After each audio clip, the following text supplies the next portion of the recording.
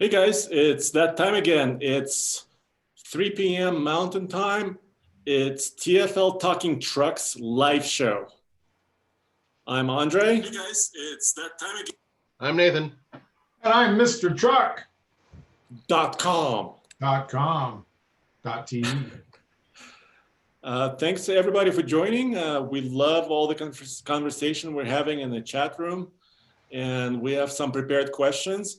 I wanted to kick the show off with a question that we received, two of them actually this week, very recently. Should I buy a gas or diesel truck? Which one to buy?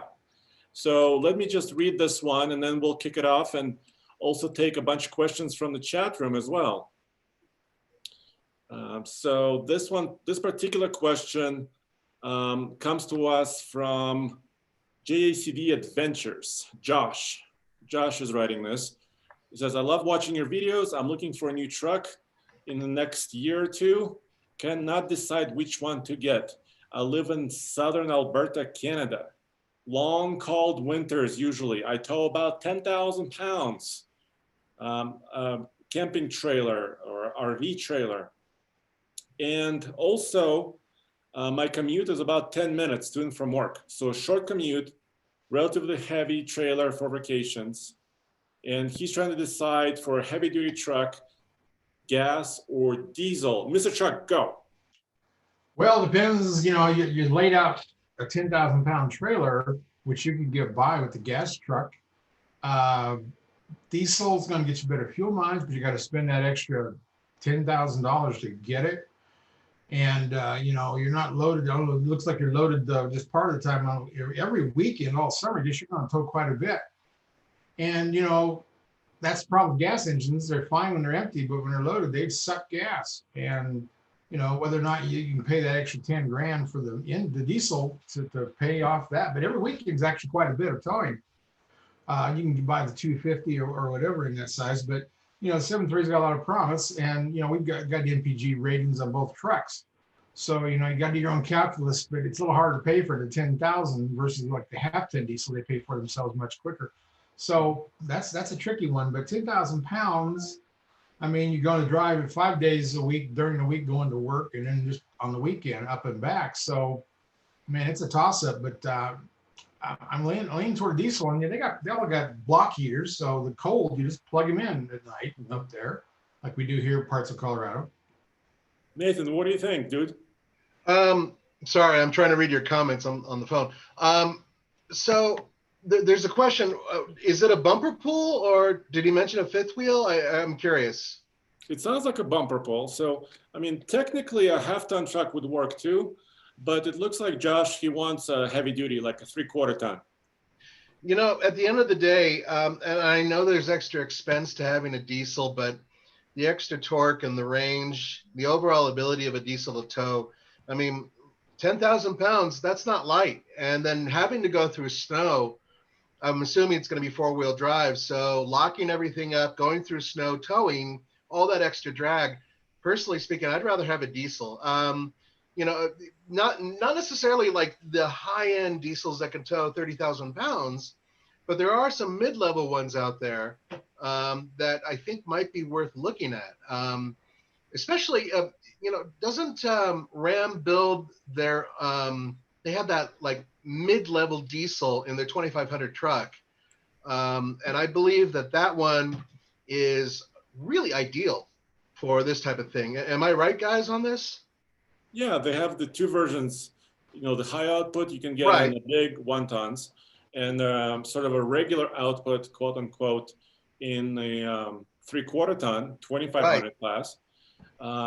We have a lot of good conversation here happening in the chat room as well. Ultra Frozen says that the short commute normally in Alberta especially may not be enough to actually get the big diesel warmed up enough. So that could be an issue. Although all modern trucks now, some of them have remote start already built in. For example, our new Ford F-250 also has an app. So basically you can actually monitor and start the truck from satellite connection, basically. One last, well, go ahead, Andre. So I was going to say, people always look at this, initial investment, right? Can I pay the money for the initial diesel? And then how do I need to use it? And I think diesel offers you fuel efficiency, right? But that's big. Power, that's huge. But it comes with a higher entry price and maybe some more maintenance cost. But then resale value is also better, right? So when 5 or 10 years down the line, if you want to sell that truck is going to be more valuable in the end. So I would say if you tow a lot, go diesel. If you don't, go gas. Well, Andre, you remember the fuel mileage numbers better than I will, but as I recall, that's 7.3. I mean, you might be empty driving every day to work at 14 miles to the gallon.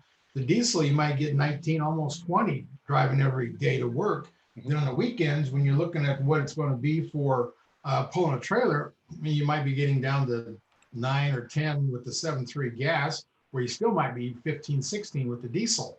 So you got to do your own math, but you could pay for that diesel because it's what you do. Yeah. So there are a lot of comments here in the chat room. People are saying, go 6.2 liter GM truck. Just go for that. Put it in Trail Boss and it solves every problem. It's kind of like cowbell, right? Just put a 6.2 in there and boom, you're done. Well, that's one way to do it. Although our Trail Boss is rated at under 10,000 with a 5.3. So you got to choose the right truck. If you want to tow more, you have to go not for the Trail Boss, but for the regular 4-wheel drive. Exactly. Don't go 5.3 with 10,000 pounds. No. No 5.3, 10,000 pounds. Once you guys go for 4-wheel drive setups, then you're going to lose both payload capacity and towing capacity, especially ones that are loaded with armor and special suspension for off-roading. That takes everything down a notch. So there's a trade-off there. Somebody just said, why don't you guys mention EVs or electrics? Well, we don't have many to test.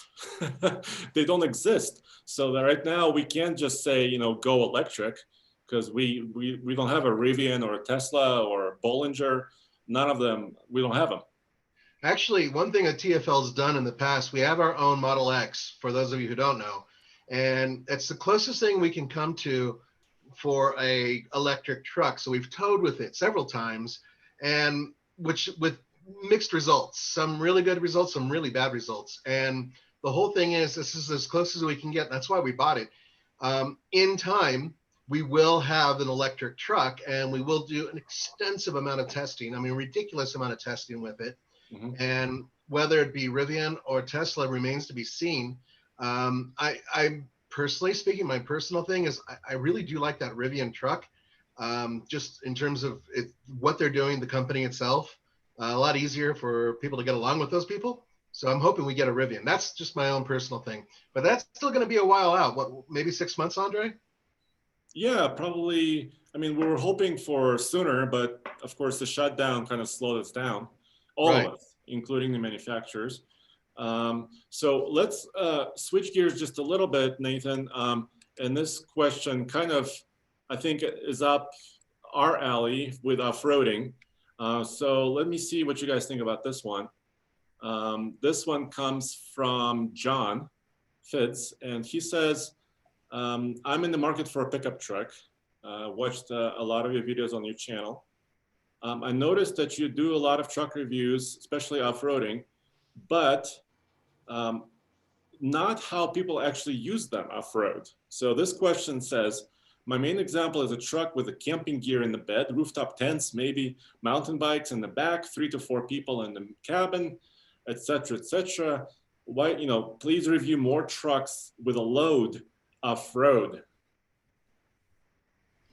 That's a really good question. It's a very important point. Nowadays, there are a lot of people out there who are buying pickup trucks as lifestyle vehicles, not for work, but for something that they want to do. They want to go camping. They want to tow off-road or overland or whatever. Now, the good news is we actually do have quite a few overlanding videos. We have done some rooftop tents in the past. We have done these things, but specifically with pickup trucks, that's something that we really should start looking at. It would be really cool to take a couple motorcycles and throw them in the bed. But there is one good thing. I would say that more than almost any other outlet out there, we've done tons of towing with ATVs and whatnot over the past several years, actually. Steven right now just recently did some videos using a Chevy Colorado towing a couple different side-by-sides, I think. Mm-hmm. I mean, we do a lot of that. Now, the question is whether or not, get 4 people in there, go camping and all that. Yeah, that's something we should do. And the good news is we go to Moab all the time. And once this thing kind of passes us by, hopefully we'll be doing it again. And maybe we'll do a camping special on top of that. And Mr. Truck, here's an idea. Before we get to Gordon Gaming's question, who donated $2, by the way.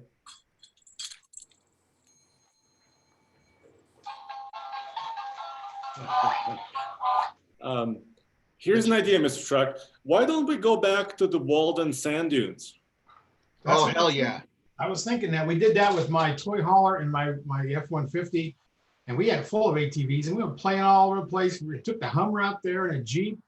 That was fun, yeah. Because I'm like Nathan was saying, I remember there being a rooftop tent on, I think, one of the Land Cruisers, Land Rovers, one of those land things. And then you guys took that Rebel up, was it Oregon someplace, off-road system when the cyber car, whatever that Tesla couldn't make it across Wyoming. Yeah. I think pulled that trailer up there, and that was for off-roading. But yeah, it's fun. We can do that. We'll go back to the Sand Hills and load the truck full of stuff and the toy hauler and all that. That was fun. We camped out there, and yeah, that was good. I want to bring my Suzuki, and I want Andre to bring his Hummer so I can rub his face in the fact that my vehicle is epic and his is not. And Well, we could bring one more vehicle. Yes, the Suzuki will fit in the back of my truck. Hell yeah. Yeah. Actually, there's another vehicle, Mr. Truck. Recently, TFL Classics channel on YouTube, we have a new addition. So if you check out TFL Classics, right there we have a 1978 Subaru four-wheel drive DL model. And this particular puppy, it's nice and tidy. We can put it directly into his bed and boom, take it to the sand dunes. Is that a Brat? Is that a Brat? No, It's it's kinda like a the Brat. cousin of the Brat. It's the wagon version of the Brat. Oh, I like those cool seats in the back that the handles on, so you can really go cruising with. That was fun.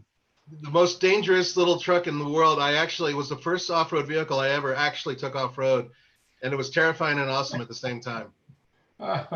So David Whitcomb, $5 donation. Thank you, David. Thank you. Let's get to Gordon. Gordon's question. There's no question, but there's a question from Gordon Gaming. But let's close out this off-road with loaded trucks. We're going to be doing hopefully a lot of that this year because we're also doing the Trans-America Trail. Yep. And we're building up, like we told you, every week for the last 3 weeks, building up an F-250 with a camper in the bed. That camper is going to weigh almost 1,800 pounds, maybe 1,900 pounds. And I don't know of any better way of testing a loaded truck than loaded with a camper. And then we're going to be off-roading with it. Also a Jeep Gladiator Rubicon.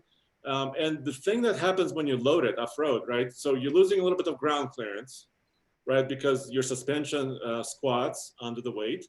So you have to be mindful of that. You may not be able to air down as much, right? Because you have a lot more pressure on those tires from the heavier weights that the truck is carrying. And also with the camper, you have the weight, right? Center of gravity, all right, it all changes. Yeah, so I think that question is very valid. How does it change, right? And Gordon Gaming has a question, Ford Flex or Ford Explorer? What do you think? Which one? Ford Explorer, Yeah. 9 ways to Sunday. Right. It goes better, it hauls better, it looks better, it is better. Yeah, it's better in every measurable way. Didn't they quit I making would say Ford Flex with a built-in refrigerator. Wasn't the Ford Flex discontinued? Yep, It it's is. gone. Thank God. Yeah. No, they're basically discontinued it. So yeah, that's, before we get to more questions in the chat room, I had another one that was sent in just a little while ago. So let's check it out really quick. There's a Ford Ranger related question from Andrew. And Andrew said, I'm looking to purchase a new Ford Ranger. And this is directed more at Nathan and I, but Mr. Truck as well, because Nathan and I took that Ranger cross country. But Mr. Truck, you recently reviewed the Ranger. Yes. Yes. And you know, they're great vehicles. I mean, is this the one we was talking about if it's short people fit in it or something? I know there's one about. No, it's for actually, I think the other side, large people. Oh, this is for larger people. For the tall guys like you guys. Yeah, you guys, I mean, I'm 5'8" and I have no problem at all with it. I actually have plenty of room in it. You know, it's not as roomy as the Honda Ridgeline, but you guys are the big ones. How do you fit? Do your hips actually get in there? Do your head hit the roof? I don't know. Well, we put nearly 1,000 miles on it going from California to Boulder, and we went to Moab. We took it off road. We had a really good time with it. A couple things. I think that the interior is comfortable. I'm 6'1", Andre's over 6'2". We're big guys. You know, we got broad shoulders. I got a big American ass. So my comfort level was good, but there were a couple things to keep in mind. Ford has this tendency to put in plastics that are kind of uncomfortable to the touch in the wrong places. And I noticed that on the door panels. It was a little bit of an issue. I like to drive with my arm up on an open window. Andre's driven with me for thousands of miles and he can't stand it because his perfect hair is always blown because I like to open up the windows and drive with windows open, arm up. And it's kind of uncomfortable. I remember that specifically. But in terms of seating comfort, headroom and legroom, at least up front, it was quite good. In the back, typical for a mid-sized truck, not a ton of space. I brought it home. I have a kid who's about 5'7", and she was a little uncomfortable back there. So kind of throws that in there as well. So that's kind of the whole thing encapsulated from my perspective. For me, I'm just over 6'2". I'm not that skinny, and I fit fine. I fit fine in the Ranger. For me, on the mid-sized truck segment, I think right now the most comfortable trucks are probably the Colorado and the Canyon and the Ranger, at least for me. The Honda Ridgeline is nice because it has more elbow room. Yep, it does. Wider. But as far as like four-wheel drive trucks, I think the Ranger and the Colorado are the best. I don't fit very well in Tacoma. The Nissan Frontier, yeah, not the best. Better than Tacoma in my mind, but only a little bit. Yeah, so I would go, and of course the Gladiator truck is great. It's not a lot of leg room in that truck. I mean, there's unlimited headroom in that vehicle, but legroom is not great. And elbow room's not very good in the Gladiator either. It's an unusual space compared to the other mid-sized pickup trucks. It's a little bit more modular, and so the windshield sits closer to your face. The steering wheel sort of feels a little closer to you, and it's not that hard to get used to that driving position, but it's not as easy to get as comfortable as you could, especially in a Ridge. The Ridgeline's the most comfortable in my book by far, but it's also basically like driving a minivan. Moving over to an actual truck-based truck, I would agree with Andre. The Ford and the Chevy Colorado are both very comfortable. I think the Ford might be slightly more comfortable. I remember thinking that back when we were driving it. A little bit more comfortable. Yeah, except for that middle armrest. The armrest is really small in the Ranger. Yeah, that is an issue. I agree with you. I think it's maybe an artifact of leftover artifact from like its previous life, where it was before from the previous generation. Well, it's notched out for a cup holder. That's what it is. It's like a full armrest. It's half an armrest. That's right. It's very complicated. Here's a question from Samuel Rahman here in the chat room. It says, this is a good question. In your opinion, which is a better truck, an F-150 FX4 package or Ram 1500 Laramie four-wheel drive package, probably the off-road package? And the question is directed at Mr. Nathan. Yes, and he backed it up with saying that he lives in Utah and he wants to use it for hunting and fishing and overlanding. That Ford FX4 package is really good, but what you didn't mention is what type of power plant you want. So you get three choices with the Rebel. You've got the V6, which is that only with the rear drive, guys, or is that can you get the V6 with the all-wheel four-wheel drive? That's a good question, Mr. Chuck. Yeah. I wouldn't get the Pentastar anyway, is my point. Right. But you can get the diesel and you can get the the Hemi. Ford gives you more muscle with their EcoBoost V6, and then they have their diesel, which I think is a little tiny bit more involved than the one that's in the Ram. So I think the power plants might be a little bit better in the Ford, but in terms of daily driving comfort, in terms of overall packaging, I'd give it up to the Ram. So it really depends on what your priority is. They both have locking rear diffs. They both have pretty good underbody protection. They both have pretty good articulation. They're both great off-road. I think the Ram might be just have a little bit more going on with it because, I mean, the tires are really good. Approach and departure angles are quite good. It's just a little tiny bit better in some ways, but once again, you can't deny the Ford powertrain as being awesome. So that's kind of where you need to make that decision. Which one of those? And you mentioned that the Raptor's too expensive. Totally get it. But those two, you know, they're right there. And hey, by the way, you can always go to a Nissan Titan with the Pro 4X package, which has a pretty damn good engine and gives you a lot for less money because they are wheeling and dealing on those trucks right now. Mr. Truck, what do you think? FX4 or off-road Ram? Mr. Truck, are you there? Yeah, I didn't hear the question. Did you? Oh, I just wanted your opinion, FX4 or Ram off-road package? What's your preference? FX4, yeah, FX4. Of course, he didn't say towing. We know that the Ford 150 EcoBoost is the best for towing in that class, but you know, that's not the best on fuel mileage. But no, yeah, I like the package. I mean, there's so many things you can do, but there's nothing wrong with the Ram. I mean, you guys beat up that transfer case, and that really wasn't its fault. It was some rock got in the way or something. So I can't really fault the Ram. You know, I remember, and of course it's not towing, but I'm Mr. Truck, I gotta talk about towing. The Ram with that Hemi pulling a trailer got better fuel mileage than the Ford did. You know, the Ford beats in a lot of areas, but not towing with a trailer. I was surprised that much better fuel mileage was on the Ram with weight on it. Yeah, sometimes that Hemi can surprise in weird ways. We have a couple more questions here in the chat room with kind of taller guys. So Cody Jensen says, I'm 6'6", looking at the 2019 Chevy Silverado 2500, so heavy duty. And then David is 6'9", so some big guys here, and have to move the seat up all the way back, I'm assuming, on the 2500.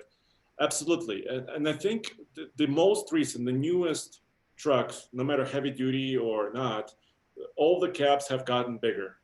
So now you have a little bit extra seat, back seat, leg room, a little bit more space and comfort up front. On the GM side recently for 2020s, their seats is not as comfortable as some of the others. The base Ford seat is also a little hard.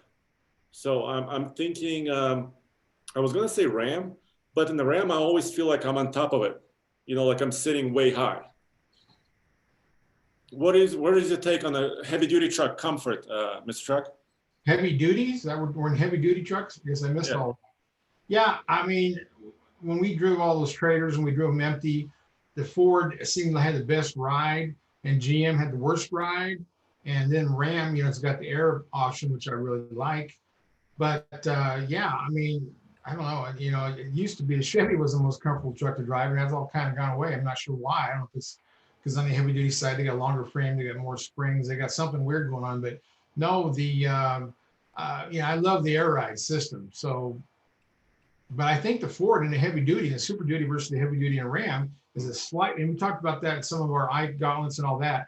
The Ford edged it out just a little bit on comfort on riding the truck with a load on it. And, you know, loaded, you've already got, you preloaded the springs. So you actually, it's the best ride you're going to get out of the truck was with a trailer on it. So I thought Ford was a little better. Guys, when I was driving our F-250 project truck, I noticed that I mean, I don't have the longest legs in the group, but I'm pretty tall.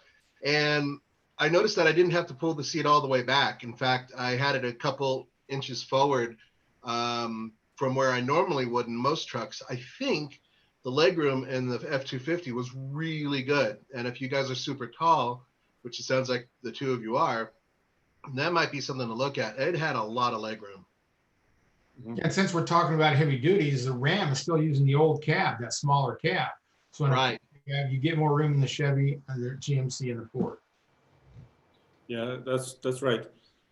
Here's a question we received recently from David Sorensen on email. And David says, would you consider adding a canyon circuit to your real world testing? I like that name, the canyon circuit. Yeah, we might Basically canyon driving up and down a mountain to check SUVs and trucks and maybe even hybrids on their MPGs and just kind of capability in the mountains, because he lives in Las Vegas. He goes to Cedar City, Utah, and there's a lot of sort of mountainous driving in between. You know, that is not a bad idea. We actually have a route that we take all the time, which takes us up to Switzerland Trail. Andre, you know exactly what I'm talking about. Yeah. That is an absolute canyon in terms of going through Boulder and then up and into the hills leading up there, up to the dirt area where we start usually our runs. And that drive is, if I recall, what, about 20 miles each way, Andre? Approximately, yeah. It's kind of North Boulder area going into the mountains.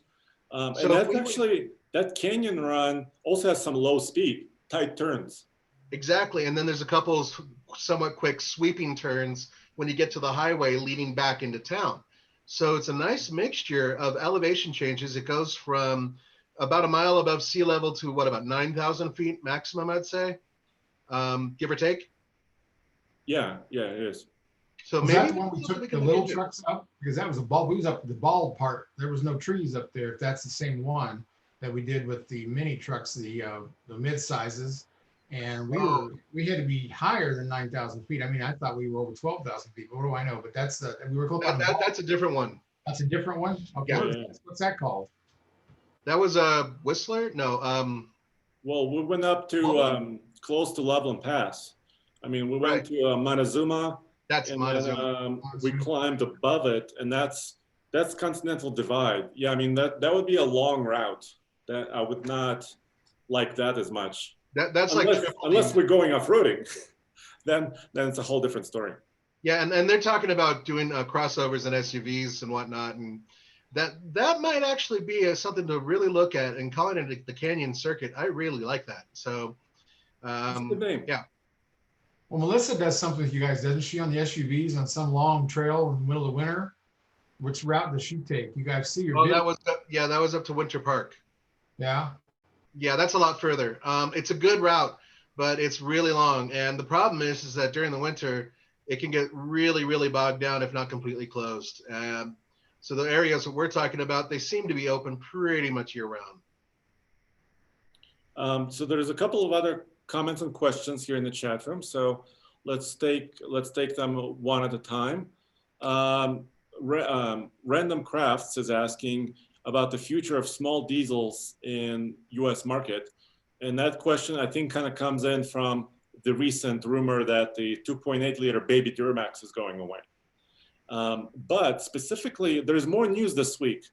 We received this insider anonymous tip about this tailgate that said Maverick on it. Mr. Chuck, did you see that? Yeah, I did. Looks like I had a camper shell on, all kinds of stuff. But you think that's going to be the new baby Ranger or whatever the old Courier? Yeah, I think it's going to be called the Maverick. A little over a year ago, Ford put in a patent to resurface that name Maverick, which, you know, is from your high school years, Mr. Truck.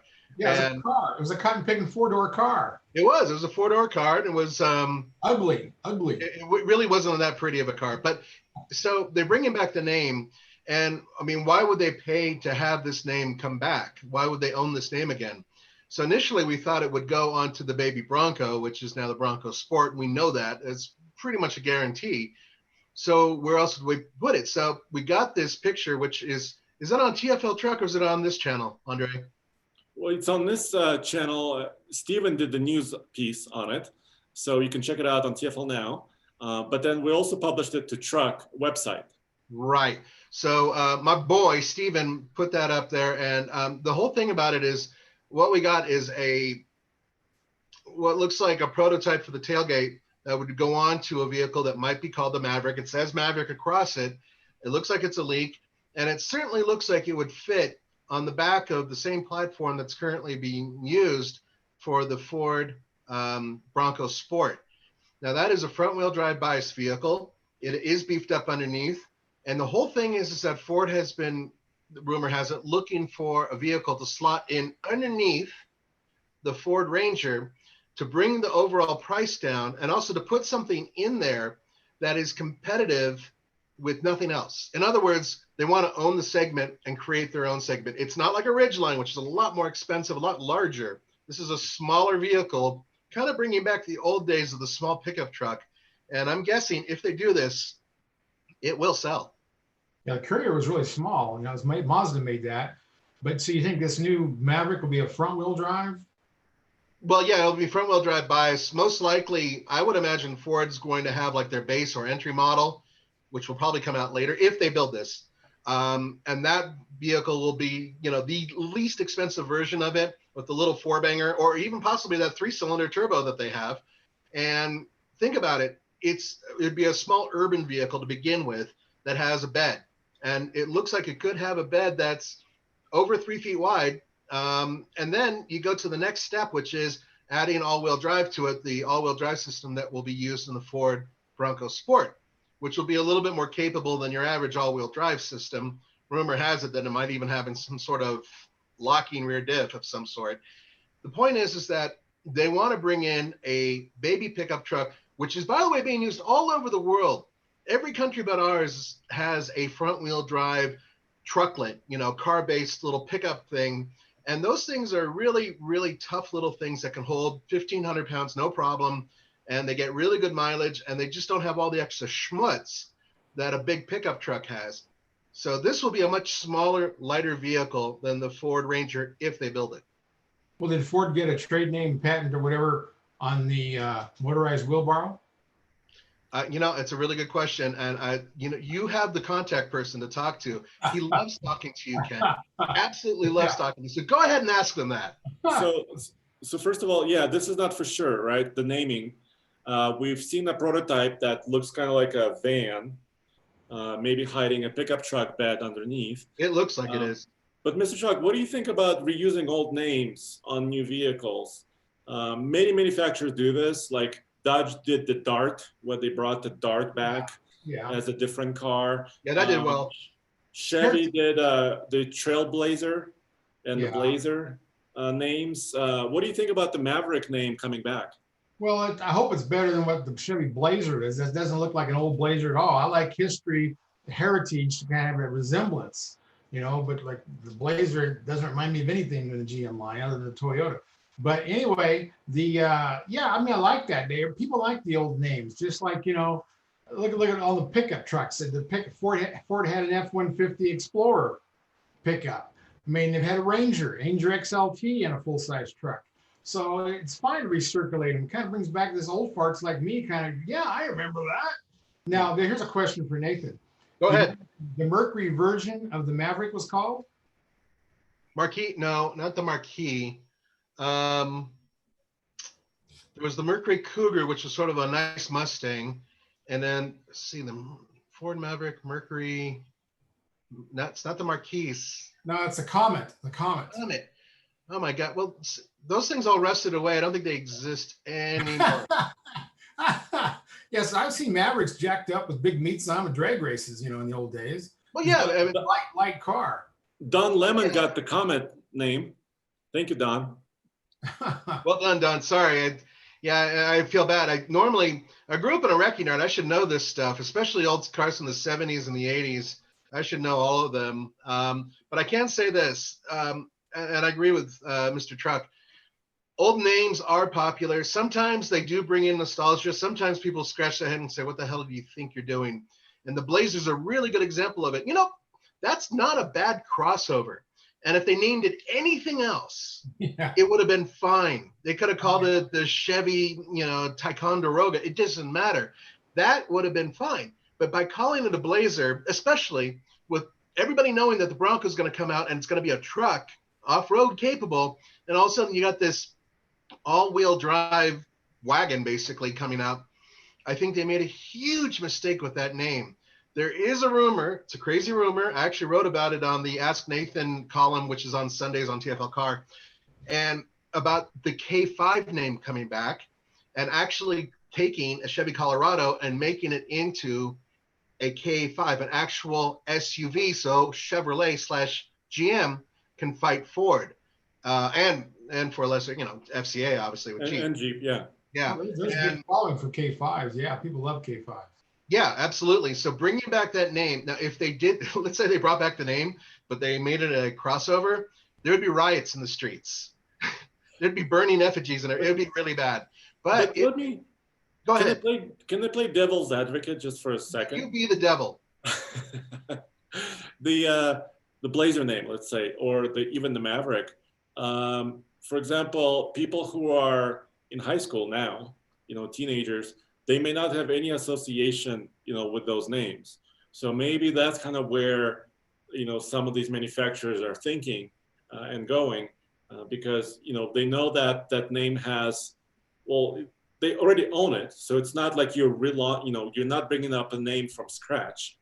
So there is some history there, but the new generation may not have associations or any sort of relationship with that. So they're just getting the Blazer, boom, that's great, let's go. You know what the problem is? I'll show you what the problem is. This is a problem because these same teenagers know way more than us old farts when it comes to any information that comes their way. So if I were to say to my kid, my teenager, Ford Maverick, and she turned her head at me and goes, "What the hell is that?" Boom. Oh, a car that existed in the 60s and 70s? Ew. But so my point is that information comes to them really quick. So word association with older names is a little bit of a risk if you don't do it right. I think that if this little trucklet is called the Maverick, it's actually a good idea because it's a cool name. Some people who like Westerns, Mr. Truck, do you remember Maverick TV show? Yes, the black vest, the black hat. Hell yeah. That's some good stuff right there, yo. Yes. But the point is that there are some positive, when you look at the Dodge Dart, I'm sorry, but there are very few Dodge Darts that were cool. School teachers drove those cars. Policemen drove those cars. Man, they had a 340 that would haul ass. Yes, but for the most part, when they brought it back into an Italian-based car on the Giulia, it didn't work. It just didn't really work. The name association was just a bad choice. There were so many other names they could have used. Last time I checked, Dodge had all these other cool names they could have used, but it doesn't matter. Although, can you imagine if they called it the Warlock? That would have been cool. Yeah, I saw that one. But trade names are so cool. I don't know if you remember this or not. This is back when the GT40 was out, the one that won Le Mans like 4 or 5 times. Oh, yeah. GT40, but somehow somebody at Ford slipped, let the trade name expire, and now a sport car club owns GT40. That's why all the new GT40s are called GTs. So, you hang on to that shit. Stuff. Yes, I agree. And that's actually, it's a British company that took the GT40 name, and they have held onto it, even though Ford has, rumor has it, offered a significant amount of money to get the name back. So Ford is being smart and proactive by getting these other names, pulling them in, bringing them in-house, and using them on future product. I just was researching. It was actually 2 years ago that they went and got that Maverick name. So even back then, we were speculating that would be used back then on the big Bronco, because back then they had just announced the Bronco. I'm going to drop another bombshell here. Drop it. They just, also there's news that they also renewed the name Excursion. All right. The whale is coming back. Yeah. We want that big whale. But wait a minute. It may not be a whale. There is nothing to say that an Excursion will be a Super Duty with a gigantic, 3-seat, 9-person configuration. What is there? What if the Excursion was slightly smaller than the old Excursion, but was electric? Stop. Just stop, Andre. God. I don't know. This is what I say. The minute I saw you, and you dropped that on TFL Truck, I remember recently. When I saw that, the first thing that hit my head was, oh, now they have a reason to use the 7.3 in a really big SUV, because they already have the heavy-duty platform. They already have probably the same shell that they might be able to extend a little bit to throw on top of it, and they have that 7.3 liter. And they also have that diesel straight 6 the V6, I'm sorry, the diesel V6, the smaller one, which rumor has it can be bumped up in terms of torque. So they have the opportunity to build a bigger, badder version of their current big SUV to go up against General Motors. I think that's brilliant. The idea of electric, Andre, please stop. You're hurting my brain. But Nathan, I'm gonna hurt your brain a little bit more, because you know what else? Now the Mustang is a crossover, which is also electric. Okay, so you know, up is down and down is up and north is south. As long as that is true, and the Maverick is now a truck potentially, then Excursion could be anything you can imagine. You can, it might be a boat as far as we know. You know, Excursion.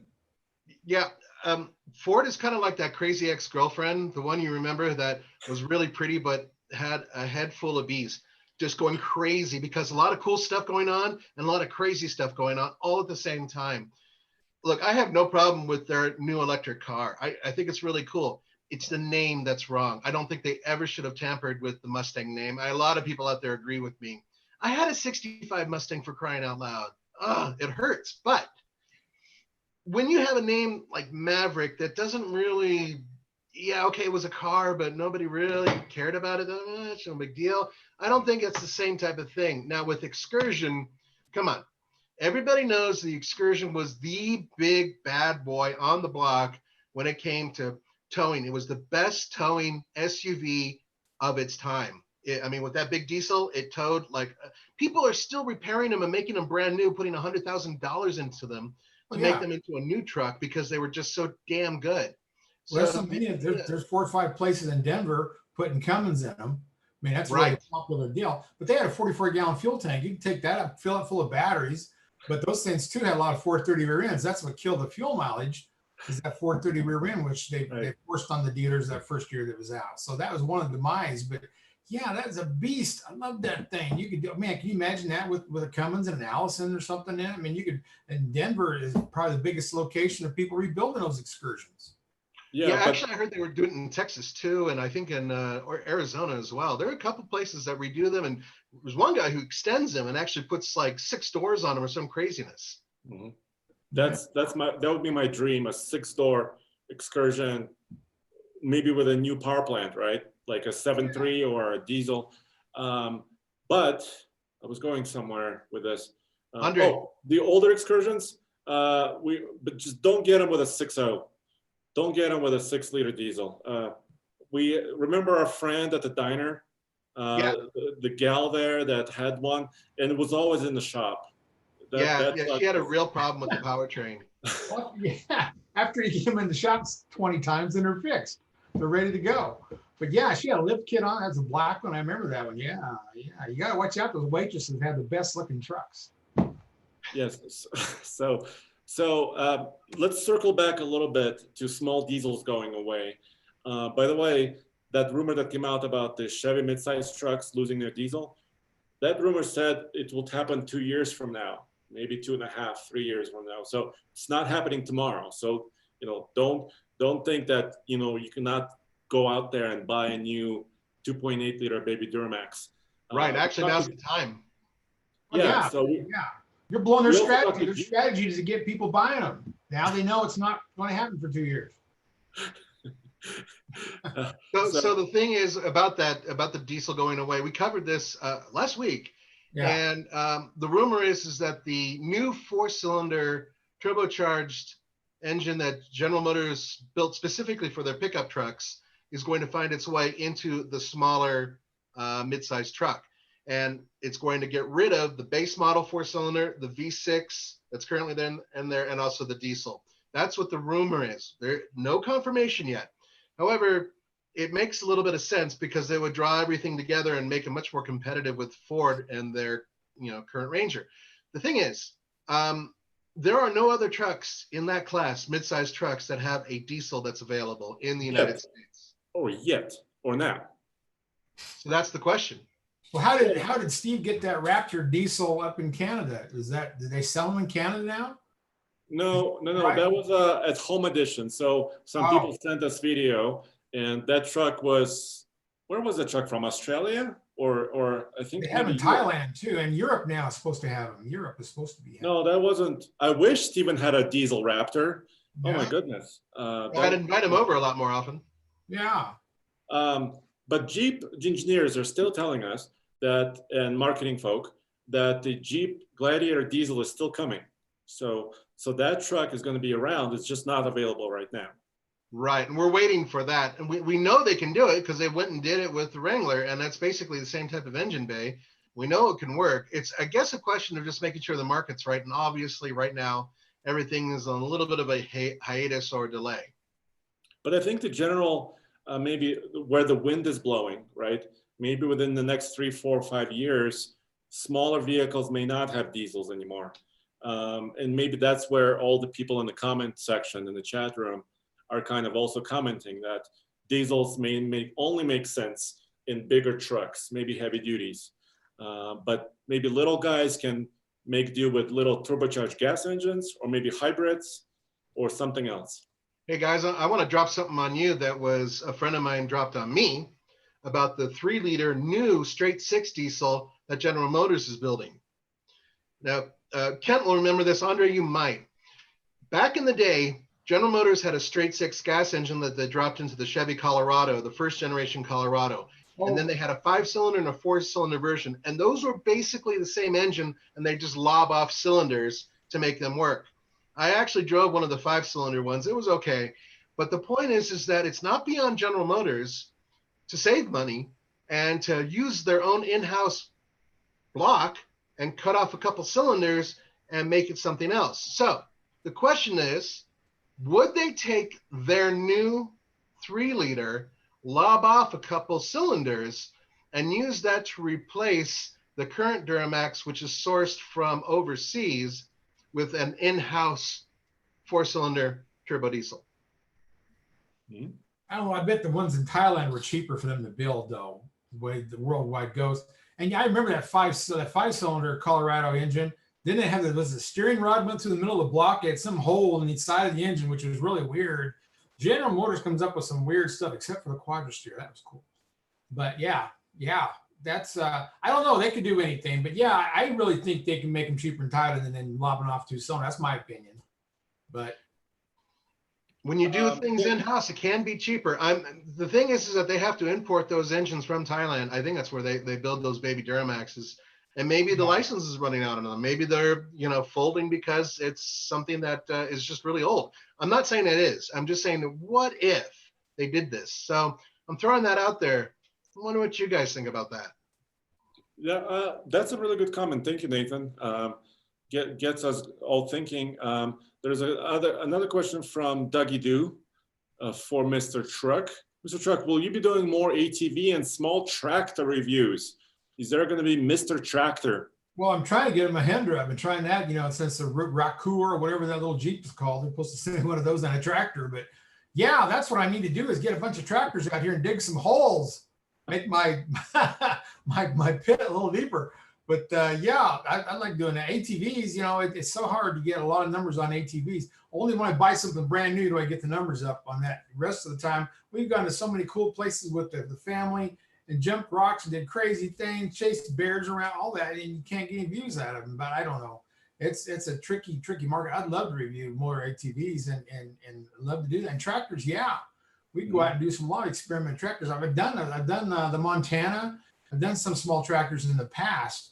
But yeah, the Mahindra is going to be interesting. Supposedly, I'm going to get one of those to play with. But yeah, we'll come dig a swimming pool in your yard there, Andre. You got enough room back there? We'll dig a hole.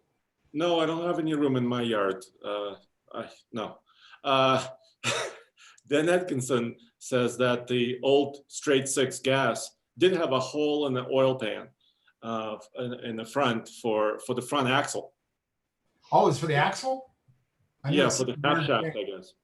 Yeah, that was a 5-cylinder, but what do we do? They had to, because it sat really high, and so they had to actually make room on the bottom. And apparently servicing those things is really difficult. The 4-cylinder didn't have that because of the length of it, made it to where it was all right. And they only had a couple of first-generation Colorados that had 4-wheel drive with the 4-cylinder. 4-cylinder is usually the base model engine for the rear drive only. But Yeah, I remember seeing stuff about that.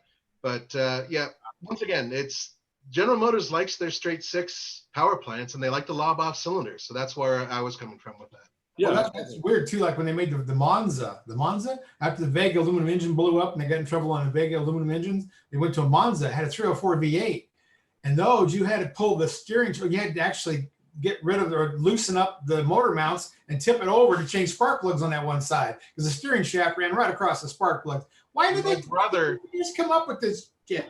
Yeah, my brother, who's close to your age, my eldest brother, he had one of those. And what I recall is after attempting again and again and again to get it to run right, it finally wound up on the back of a flatbed and was pulled away from our house. And my dad stood up front, saw that, and said, "If you ever buy one of those again, I'm going to crush your face." so there's another question from Garrett Gilbert. Garrett says, Raptor, Rebel, or Trail Boss, which one? And actually, this is a perfect segue because this weekend on Sunday, we're going to have Truck Madness. Truck Madness is coming. It's going to be huge. And it's 12 off-road trucks all competing in a championship to be the champion. But none of us are going to vote. Nathan's not going to vote. Mr. Truck is not going to vote. I'm not going to vote. It's you guys, the viewers. You can choose your best favorite truck in the bracket, and then we'll find the winner. Which one would I prefer? I think the Raptor is in another price category. It's well above where Rebel and Trail Boss are. So it's kind of, I mean, yes, in theory, you could buy a $55,000 Raptor, but it's rare. I mean, it's really, really rare. Well, it can't be much higher than the Gladiator. Hey, where do we place our bets for this May Madness? We're not licensed for gambling. Oh, no but, gambling? It will be very interesting. Yeah, so there's some spots that we put on there for advertising for Truck Madness. Check them out. They're on TFL Truck and on social media. And then you can get further information coming up this weekend is when everything gets rolling. So yeah, you guys are the ones who vote. And by the way, if you guys have one of the trucks that actually competes in the segment, then we are asking for videos and why you think they should win. Cool. Yeah, absolutely. And also we have several other cool videos going on. We have a Hummer H2 brought it back for a review. So that's going to be really cool. That's coming tomorrow. We have a couple of really cool videos on car. We're going to have a Loveland trial up there. Mr. Truck, do you have anything, what do you have this weekend going on your channel? Oh, I've got it. What the hell is that Toyota called? Sequoia. Pulling a horse trailer. It's a 3-horse trailer. You know what I mean, Andre? But yeah, and then the next week, I finally get the Rebel. It's been postponed like 3 times because of this virus. Now I finally get the Rebel. And then after that, it's the Ridgeline. I'm so excited, 2 weeks. But, you know, we don't get too far into this. There was a question I saw. The guy was talking about how tall the trucks were, and he didn't know if his trailer was going to be level. And it was a really good question. It's kind of long. Do you remember that? It was in today's post. It's one of the questions we're supposed to look at.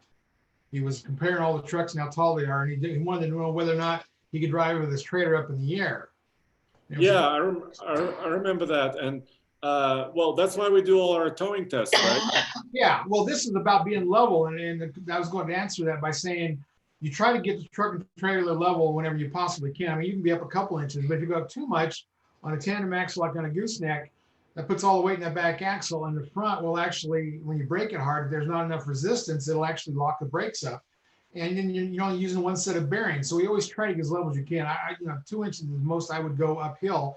After that, you know, you may want to lift the trailer up, put blocks under the axles, or all the things you've got to do. And yes, it's true. These new tall trucks are too tall, and I complain about them. And Chevy told me they were going to lower it, and Ford told me they're going to lower it, but I don't know. I mean, it's an inch, but I really can't tell it. So it is. It's a problem now because people building these trailers, you got horses, you know, jumping out of trampolines, getting these trailers are so tall, and then ramps are a pain in the butt. You know, it's a problem, and that's why I bitch about it so much. And people think I'm crazy because I don't like lifted trucks. I love lifted trucks, but not pulling a trailer. But yeah, being level, I can't remember the guy's name, but yes, you want to be as level as you can.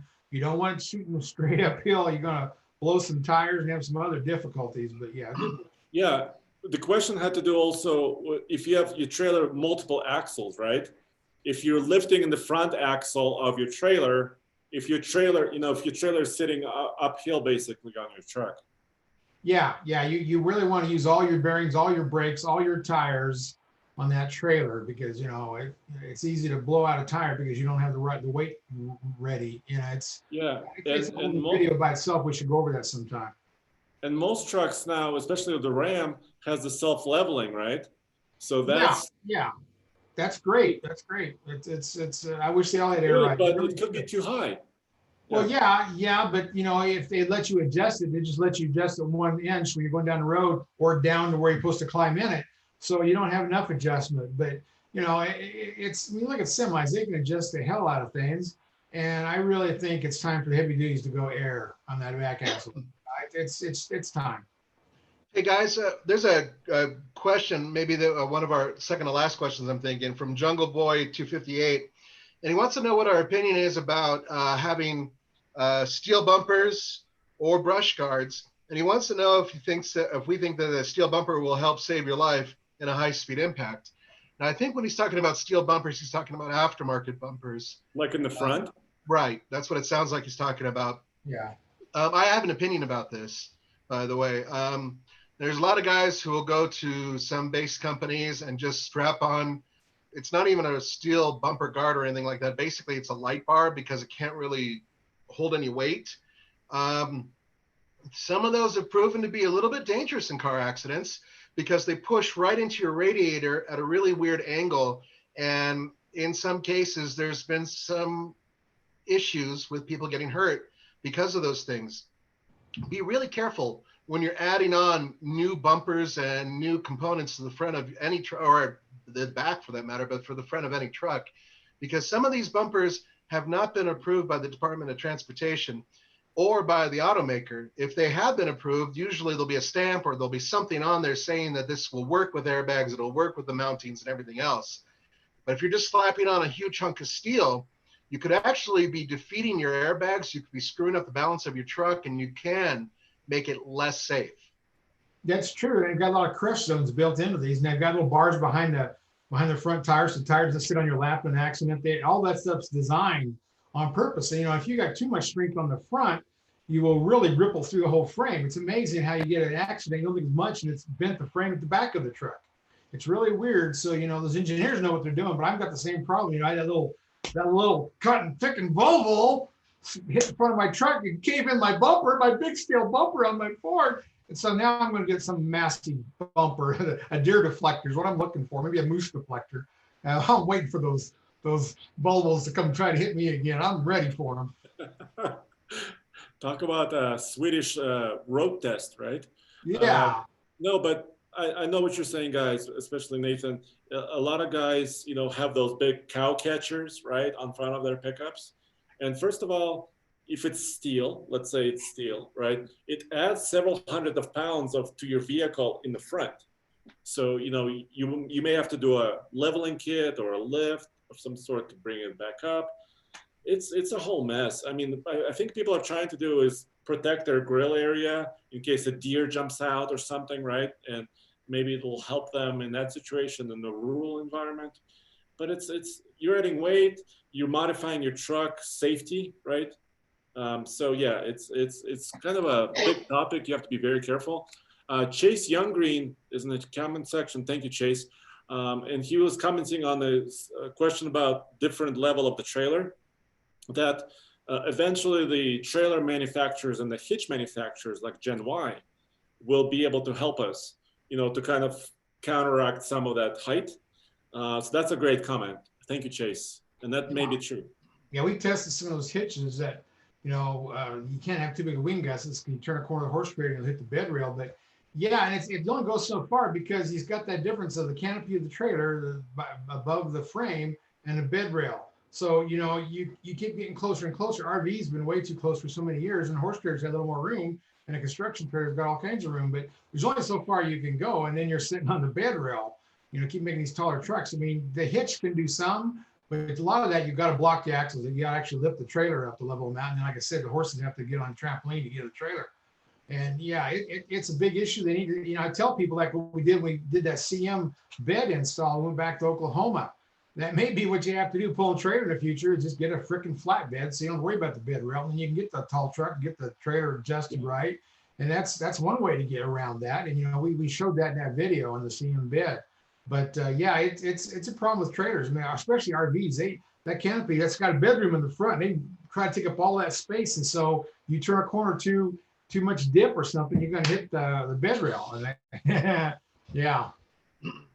I think the future is a utility bed. Remember, Nathan, we went to Overland show a couple of years back, and they had that ZR2 with a tray bed. Remember, it reminded me of like an Australian ute, right? The really Australian feeling. That was probably the most badass ZR2 I have ever seen. Their lift was immaculate. The wheels and tires were fantastic. The beef underneath, they added extra armor. And the thing is, the bed was all aluminum too, so it actually was, according to the guy, lighter than the steel bed it came with. The thing is that going back to a couple things, once you go to those types of beds, especially ones that have the sides that drop, and if you had a fifth wheel set up or, you know, that type of thing, then it wouldn't be quite as much of an issue. Mr. Truck, you did have an F-250 that had a utility bed on it. Yeah. Did that have a center hitch on it? Yeah, that's what we were talking about. That was a CM flatbed aluminum, and you know, and then it had a recessed ball for the gooseneck. So you know, for fifth wheel, you'd have to lift that up. But yeah, we showed in that video the big clearance between that flatbed and the canopy of the trailer. You had all kinds of room. You don't worry about going through dips or anything, or turning corners tight. It was fantastic. You had hay rides on it. You know, it hangs on the side of it. You go driving up down parades. But yeah, we drove the heck out of that trailer. That was a fun flatbed. But that's what I think is the future with these flatbeds. If these trucks keep getting taller, and they don't give you, you know, you got to go to a two-wheel drive to get them any kind of a lowered truck. And you know, they don't think about the trailers. I remember when Featherlight was the first one to actually adjust for the big tall Dodges. They actually raised their canopy up so you could fit on the Dodges. And everybody started doing that in a little different configurations. But it's gotten big and tall now. You know, it's insane. Yeah, it is. And the flatbeds don't cost that much. You just get somebody to ran into it, and your insurance will buy you new. I mean, yeah, there's ways around that. You know, I'm thinking that F-150 of yours would really look good with one of those beds. Oh, it's got aluminum bed already. I can't take the aluminum bed off, put another aluminum bed on. That Ford 250 had a steel bed, and it was lighter. The aluminum bed, even though it was a little bigger, it was lighter than the factory steel bed. Yeah, and that's like a bumper. I've had those herd bumpers out of Canada on that 250. Well, two 250s back. And it was actually lighter than the steel bumper that came off of the truck. I was amazed. And yeah, and that's the same one that makes a semi bumper. So yeah, there's something in that, but you got to do some research, like all this stuff. You know, they got things so complicated now. You better know what you're doing, or you're going to get in trouble somewhere. All right, guys. Well, thank you for another good show. I think we need to sign off for this week. And of course, we're doing live shows Mondays and Fridays at 5 p.m. Eastern, 3 p.m. Mountain Time. Monday shows are more car-centric, car-focused, and Friday's shows are more about trucks. So thank you, Mr. Truck. Well, certainly, yeah, I sleep in on Mondays. I can't help you guys with car shows. Cars. Who really wants a car? All right, guys. Well, thank you. We'll see you next week, okay? Be safe out there, guys. You take care. All right. Later. Stay safe. Get well. Thanks.